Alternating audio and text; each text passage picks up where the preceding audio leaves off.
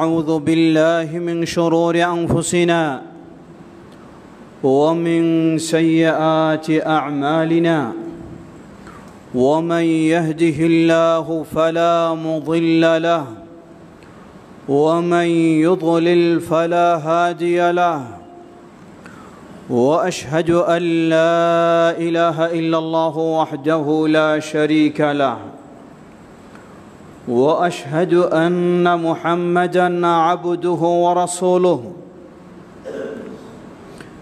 يا أيها الذين آمنوا اتقوا الله حق تقاته ولا تموتن إلا وأنتم مسلمون يا أيها الناس اتقوا ربكم الذي خلقكم من نفس واحدة وخلق منها زوجها وبث منهما رجالا كثيرا ونساء واتقوا الله الذي تساءلون به والأرحام إن الله كان عليكم رقيبا يا أيها الذين آمنوا اتقوا الله وقولوا قولا سديدا يصلح لكم أعمالكم ويغفر لكم ذنوبكم ومن يطع الله ورسوله فقد فاز فوزا عظيما أما بعد فإن خير الحديث كتاب الله وخير الهدي هدي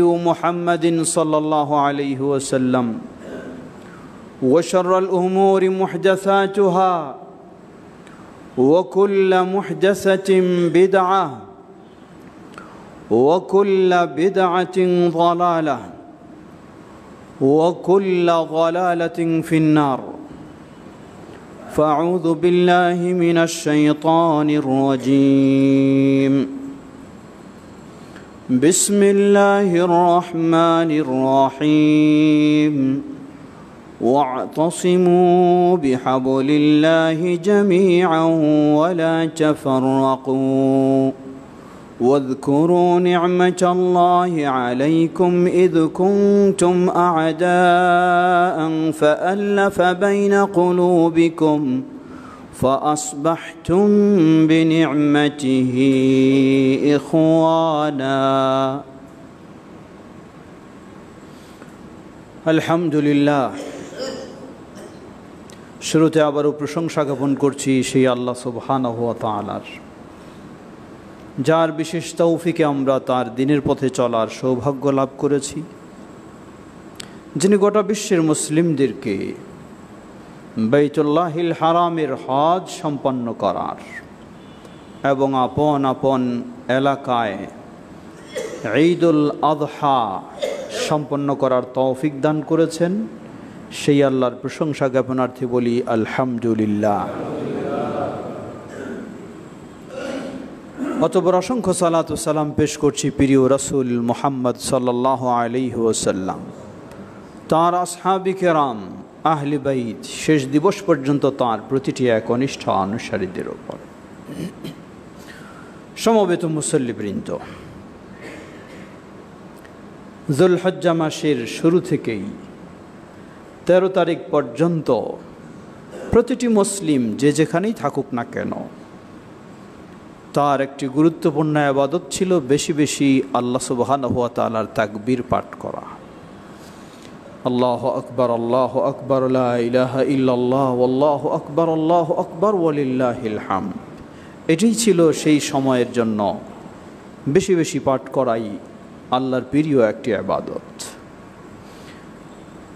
পৃথিবীর যে জায়গায় থাকুক না কেন, এই তাকবীর স্মরণ করে দিচ্ছে সেই আল্লাহ সুবহানাহু ওয়া তাআলার বরত্ব, মহত্ব ও একত্বের বিষয়। ঠিক একইভাবে রমাদান মাসের পরেই শাওয়াল মাসের শুরু থেকে এই যুলহজ্জা মাসের 10 তারিখ পর্যন্ত গোটা বিশ্বের মুসলিমদের জন্য আরেকটি আন্তর্জাতিক ইবাদত হলো হজ্জ বাইতুল্লাহিল হারাম। যে যেখান থেকেই হোক না কেন, সকলেই এক আওয়াজে বাইতুল্লাহর দিকে ছুটেছে, লাব্বাইক আল্লাহুম্মা লাব্বাইক, লাব্বাইক লা শারীকা লাকা লাব্বাইক, ইন্নাল হামদা ওয়ান নি'মাতা লাকা ওয়াল মুলক লা শারীকা লাক। আল্লাহ সুবহানাহু ওয়া তাআলাকে শরীক মুক্ত করা, নিজেকে শিরক মুক্ত করা, তাওহীদের উপর প্রতিষ্ঠিত হওয়া, এই হজ এবং এই ঈদুল আযহা দুটোই যেন আমাদেরকে স্মরণ করে দিচ্ছে একজন মুসলিমের মূল বিষয় হলো তাওহীদ, আল্লাহ সুবহানাহু ওয়া তাআলার একত্ববাদ, তাওহীদের উপর প্রতিষ্ঠিত হওয়া এবং সকল প্রকার শিরক থেকে মুক্ত হওয়া।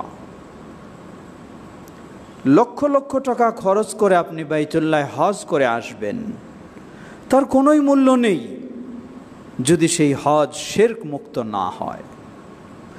লক্ষ লক্ষ টাকা দিয়ে আপনি গরু বা আরও দামি উট ক্রয় করে কোরবানি দেবেন, তার কোনোই মূল্য নেই যদি সেই কোরবানি শিরক মুক্ত না হয়।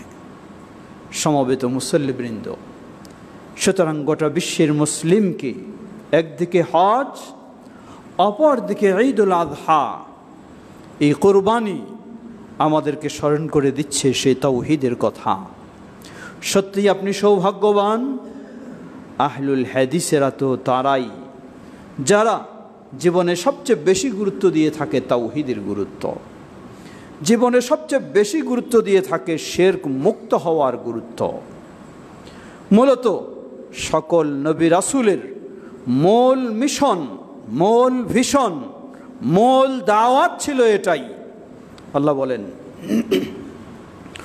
وَلَقَدْ بَعَثْنَا فِي كُلِّ أُمَّةٍ رَسُولًا أَنِ اعْبُدُوا اللَّهَ وَاجْتَنِبُوا الطَّاغُوتَ وَلَقَدْ بَعَثْنَا فِي كُلِّ أُمَّةٍ رَسُولًا। আমি প্রতিটি জাতির কাছে রাসূল প্রেরণ করেছি। রাসূলদের মূল দায়িত্ব ছিল দুটি। প্রথম, তারা তাদের জাতিকে, তাদের কওমকে নির্দেশনা দেবে, পথ দেখাবে, আনি আবুদুল্লাহ, ইবাদত করো একমাত্র আল্লাহ সুবহানাহু ওয়া তাআলার, ভিন্ন কারো নয়। সেজদা হবে একমাত্র আল্লাহর, আনুগত্য হবে একমাত্র আল্লাহর, আত্মসমর্পণ হবে একমাত্র আল্লাহর কাছে, আবেদন নিবেদন হবে একমাত্র আল্লাহ সুবহানাহু ওয়া তাআলার কাছে। এই ছিল সকল নবী রাসূলদের প্রথম বিষয়, দাওয়াতের মূল বিষয়। ওয়াজতানিবুত তাগুত, যাতে আমার ঈমান ঠিক রাখতে পারি, আমার তাওহীদ ঠিক রাখতে পারি, এজন্য দ্বিতীয় বিষয় ছিল ওয়াজতানিবুত তাগুত। তারা তাদের জাতিকে নির্দেশ দিয়েছেন, তোমরা সকল প্রকার শিরক, কুফর ও তাগুত থেকে বিরত থাকো। সমবেত মুসল্লিবৃন্দ, সত্যিই আজকে বাইতুল্লাহিল হারামের সেই হজ, আপনি কোন দলের, কোন পেশার, কোন নেশার, কোন ভাষার, কোন বর্ণের, কোন গোত্রের, কোনো পার্থক্য নেই। সবাই, প্রতিটি পুরুষ মাত্রই একই পোশাক পরে লব্বাইক লব্বাইক করে আল্লাহর ডাকে সাড়া দিয়ে, সেই শিরক মুক্ত হওয়ার ঘোষণা দিয়ে সকলেই একইভাবে ছুটেছে। সত্যিই যদি ওই তাওহীদের শিক্ষা নিয়ে গোটা বিশ্বে সেই হাজী সাহেবেরা ফিরতেন এবং তাদের নিজেদের কওমকে সেভাবে গড়ে তুলতে পারতেন, তাহলে আজকে গোটা বিশ্বই তাওহীদের উপরে এবং শিরক মুক্ত হয়ে যেত। আল্লাহ আমাদের সকলকে সে তৌফিক দান করুন। সমবেত মুসল্লিবৃন্দ, সেই হজ বহু শিক্ষা দেয় আমাদের। তার মাঝে বড় শিক্ষা হলো আমাদেরকে তাওহীদের উপর, আল্লাহর একত্ববাদের উপর প্রতিষ্ঠিত হতে হবে, সকল প্রকার শিরক থেকে আমাদেরকে মুক্ত হতে হবে। কারণ জান্নাত তাওহীদ ছাড়া সম্ভব নয়, জান্নাত শিরকে লিপ্ত হলে সম্ভব নয়। জাহান্নাম থেকে বাঁচা তাওহীদ ছাড়া সম্ভব নয়, জাহান্নাম থেকে বাঁচা শিরক মুক্ত হওয়া ছাড়া সম্ভব নয়। আল্লাহ বলেন, ইন্নাহু মান ইউশরিক বিল্লাহ ফাকাদ হারামাল্লাহু আলাইহিল জান্নাহ ওয়া মাওয়াহুন নার ওয়ামা লিয-যালিমিনা মিন আনসার ইন্নাহু মান ইউশরিক বিল্লাহ, যে আল্লাহর সাথে শিরকে লিপ্ত হয়, ফাকাদ হাররামাল্লাহু আলাইহিল জান্নাহ, যেই জান্নাতের চিন্তায় আপনি রাত দিন অতিবাহিত করছেন, সেই জান্নাত আল্লাহ হারাম করে দেবেন। ওয়া মাওয়াহুন নার, যেই জাহান্নাম থেকে বাঁচার জন্য আপনি এত কষ্ট করছেন, সেই জাহান্নাম অপরিহার্য হয়ে যাবে। সুতরাং আজকে গোটা বিশ্বের মুসলিমকে এই হজ্জ বাইতুল্লাহিল হারাম শিক্ষা দিচ্ছে সেই তাওহীদের, শিক্ষা দিচ্ছে সেই শিরক মুক্ত হওয়ার। আল্লাহ আমাদের তৌফিক দান করুন। সমবেত মুসল্লিবৃন্দ, একইভাবে ঈদুল আযহা কাছাকাছি, একই সাথে আরেকটি ইবাদত। যাদের সুযোগ হবে বাইতুল্লাহ যাওয়া, তারা হজ পালন করবেন, আর যাদের সুযোগ নেই বলতে যাওয়া হবে না যাদের, তারা আপন আপন এলাকায় ঈদুল আযহা পালন করি। সেই ঈদুল আযহা একই শিক্ষা দেয়, এই কোরবানি হবে একমাত্র আল্লাহর নামে, হবে একমাত্র আল্লাহর নৈকট্য অর্জনের জন্য। কোনো বাবার নয়, কোনো গাউস কুতুব নয়, কোনো আউলিয়া নয়, কোনো বুজুর্গ নয়, কোনো পীর মাশায়েখ নয়, কোনো দরগা নয়। কোরবানি হবে একমাত্র আল্লাহ সুবহানাহু ওয়া তাআলার জন্য। আল্লাহ রাব্বুল আলামিন বলেন, ফাসাল্লি লিরাব্বিকা ওয়ানহার, তুমি সালাত আদায় করো তোমার রবের জন্য এবং কোরবানি করো তোমার রবের জন্য। আল্লাহ রাসূল সাল্লাল্লাহু আলাইহি ওয়াসাল্লাম বলেন, লাআনাল্লাহ মান যাবাহা লিগাইরিল্লাহ, আল্লাহ সুবহানাহু ওয়া তাআলার অভিশাপ, লানত হলো তার উপরে যে আল্লাহ ছাড়া অন্যের জন্য কোরবানি করে থাকে। সাহাবীদের থেকে সহিহ সনদে প্রমাণিত, বলছেন যে একটি মাছির কারণে দাখালাল নার, একজন মানুষ জাহান্নামে প্রবেশ করে, আবার একটি মাছির কারণে একজন মানুষ জান্নাতে প্রবেশ করে। তা কিভাবে ব্যাখ্যা দিলেন, কোনো এক কওম জাতির একটা প্রতিমা ছিল, সেই প্রতিমা পাশ দিয়ে এই রাস্তা দিয়ে যেই যেত তাকে বলা হতো, এই প্রতিমার জন্য কিছু কোরবানি করো। যদি কোরবানি করত তাকে নিরাপদে ছেড়ে দেওয়া হতো, যদি কোরবানি না করত তাহলে তাকে হত্যা করা হতো। তো দুজন মানুষ অতিক্রম করলেন, একজনকে বলা হলো তুমি কিছু কোরবানি করো। তিনি বললেন, আমার কাছে নেই কিছু কোরবানি করার মতো, কি কোরবানি করব আমি? তারা বললেন, খাররিবু ওয়ালাউ যুবাবা, যদি একটা মাছিও হয় তুমি সেই মাছিটা ধরে এখানে উৎসর্গ করে যাও। তাদের কথায় তিনি তাই করলেন, মাছি ধরে সেখানে উৎসর্গ করে গেলেন, উৎসর্গ করলেন, তারা তার রাস্তা ছেড়ে দিল। হাদিসে বলা হলো, দাখালান নারা ফি যুবাবিন, একটি মাছির কারণে সে জাহান্নামী হয়ে গেল। নাউযুবিল্লাহ। একটি মাছির কারণে মানে, একটা উট যেমন যতই বড় হোক শুধু আল্লাহ ছাড়া অন্য জন্য উৎসর্গ হতে পারে না, একটি ছোট্ট মাছি বা মশা বা পিপিলিকা এটাও একমাত্র আল্লাহ ছাড়া অন্য কারো জন্য উৎসর্গ হতে পারে না। তাই এটি একটি প্রকাশ্য শিরক। সে ব্যক্তির রাস্তা ছেড়ে দেওয়া হলো, তিনি চলে গেলেন। দ্বিতীয় ব্যক্তি তিনি আসলেন, তাকেও একইভাবে বলা হলো, কাররিবু ওয়ালাউ যুবাবা, তুমি এখানে কিছু কোরবানি করো, উৎসর্গ করো, যদিও একটি মাছিও হয় সেটি করো। তিনি জবাব দিলেন ডাইরেক্ট, তিনি বললেন, না, হতে পারে না, আমি আমার জীবনে এক আল্লাহ ছাড়া অন্য কারো জন্য কোনো কিছু কোরবানি উৎসর্গ করি না, সেই আল্লাহ ছাড়া আমি কারো জন্য করতে পারি না, একটি মাছিও যদি হয় তাও করতে পারি না। ফাকাতালুহু, তারা তাকে হত্যা করল। হাদিসে বলা হলো, দাখালাল জান্নাত ফি যুবাবিন, ওই ব্যক্তি একটি মাছিও সে আল্লাহ ছাড়া অন্য কারো জন্য যখন করবে না বলে অটল থাকলো তার সেই ঈমানি তাওহীদি চেতনার উপরে, দাখালাল জান্নাত, সে ব্যক্তি জান্নাতি হয়ে গেল। সুবহানাল্লাহ। সমবেত মুসল্লিবৃন্দ, সুতরাং এই কুরবানি আমাদেরকে শিক্ষা দেয় সেই তাওহীদের কথা আজকে আফসোস করে বলতে হয়, বিশেষ করে ভারত উপমহাদেশে আমাদের এমন অবস্থা, বিশেষ করে আমাদের দেশের সেই দক্ষিণবঙ্গের এমন অবস্থা, কোরবানির সময় যত গুরুত্ব দিয়ে কোরবানির পশু ক্রয় করা হয়, তার চেয়ে তাদের বাবাদের যখন অরস এবং দরগায় মেলা হয় সেখানে আরও বেশি গুরুত্ব দিয়ে উট বলেন, গরু বলেন, আরও কত কিছু সেখানে নিয়ে যাওয়া হয়। লা হাওলা ওয়ালা কুওয়াতা ইল্লা বিল্লাহ। একজন মুসলিম এই ঈদুল আযহা থেকে তার শিক্ষা নেওয়া উচিত যে এই কোরবানি হবে একমাত্র আল্লাহ সুবহানাহু ওয়া তাআলার জন্য।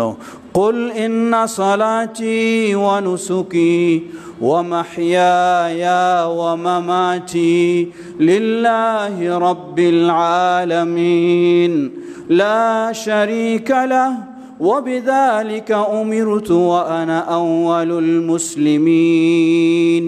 আল্লাহ বলছেন, বলো তুমি এই স্বীকৃতি দাও, আমার সালাত, আমার কুরবানি, আমার ইবাদত, এমনকি আমার জীবন মরণ সব কিছু একমাত্র গোটা বিশ্বের যিনি প্রতিপালক সেই আল্লাহ সুবহানাহু ওয়া তাআলা, তার জন্যই।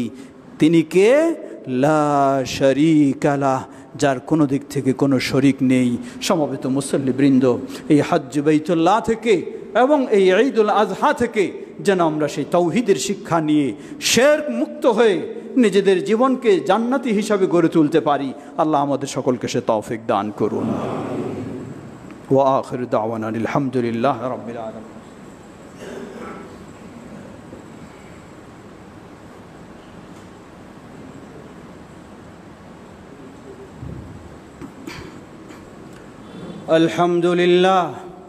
আলহামদুলিল্লাহি রাব্বিল আলামিন ওয়াসসালাতু ওয়াসসালামু আলা আবদিল্লাহি ওয়া রাসূলিহি নবিয়িনা মুহাম্মদ ওয়া আলা আলিহি ওয়া সাহবিহি আজমাইন, আম্মা বা'দ।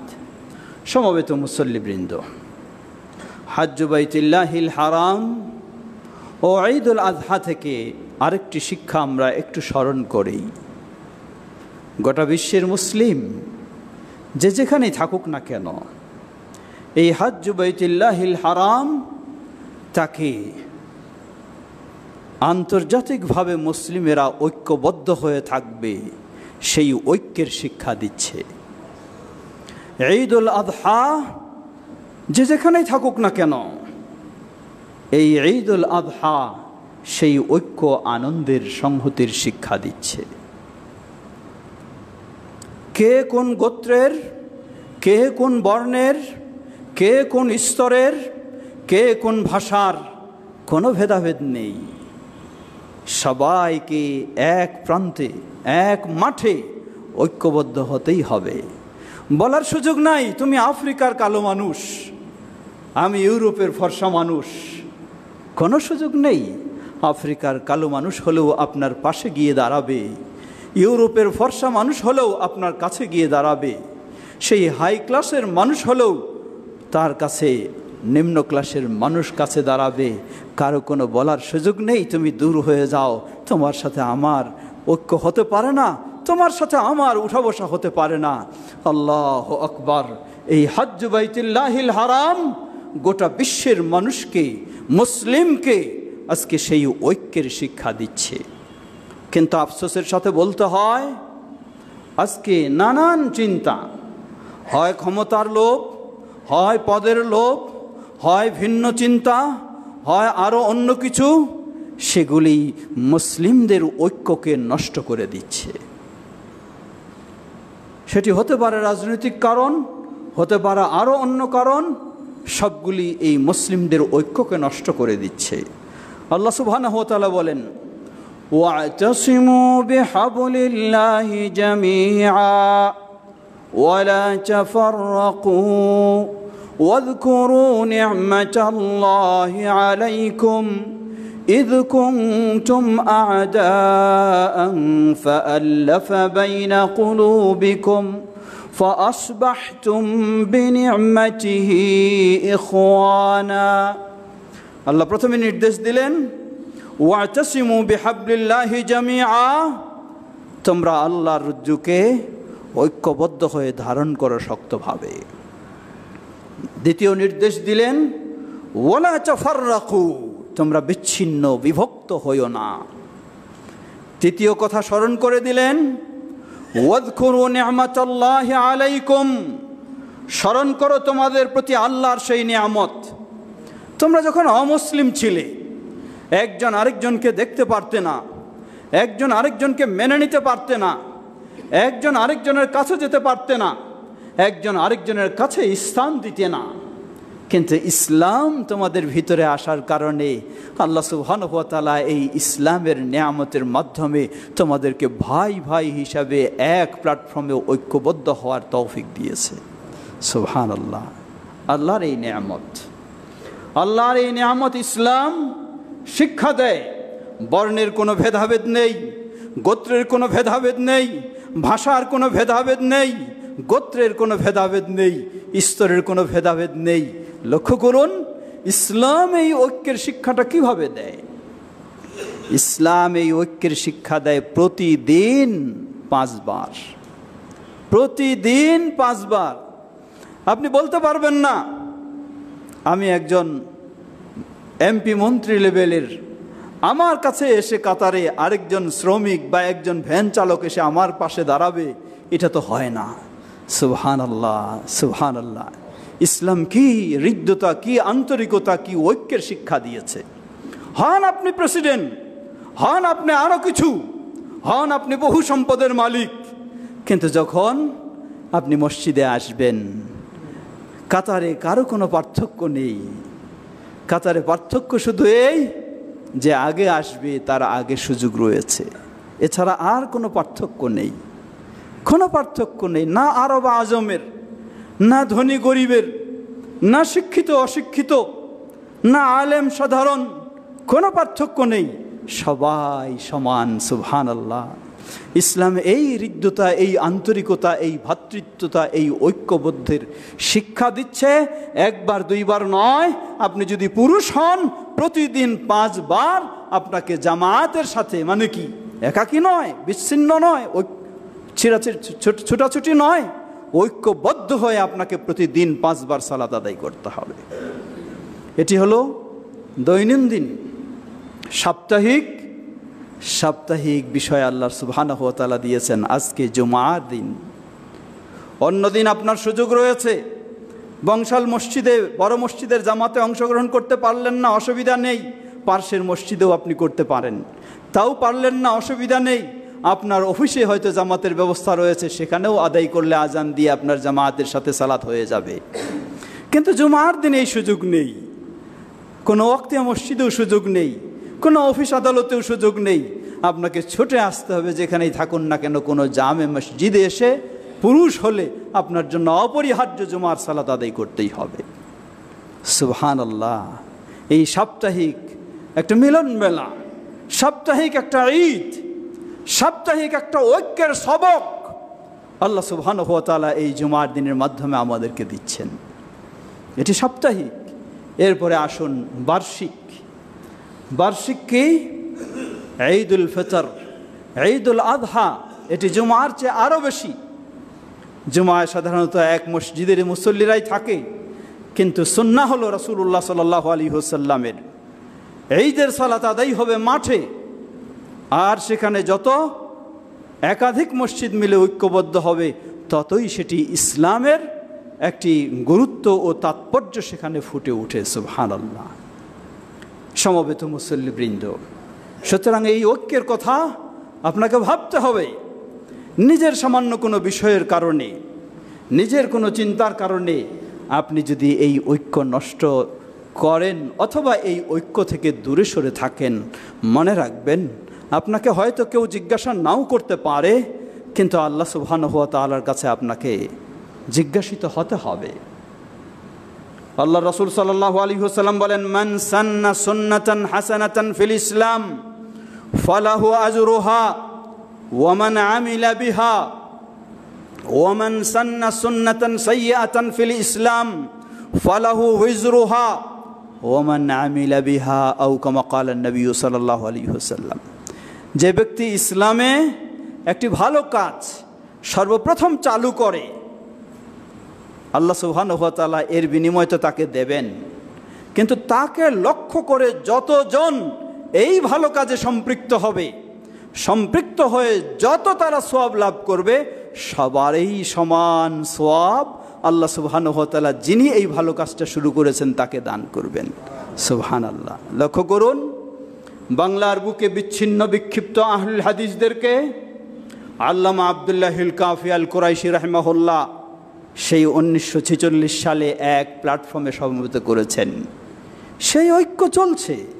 যত আপনি সেই ঐক্যে আরও সম্পৃক্ত হবেন, আল্লামা আব্দুল্লাহিল কাফি আল কুরাইশি রাহিমাহুল্লাহ যেমন এই মর্যাদা লাভ করেছেন, আপনিও সেই মর্যাদা লাভ করবেন ইনশাআল্লাহ।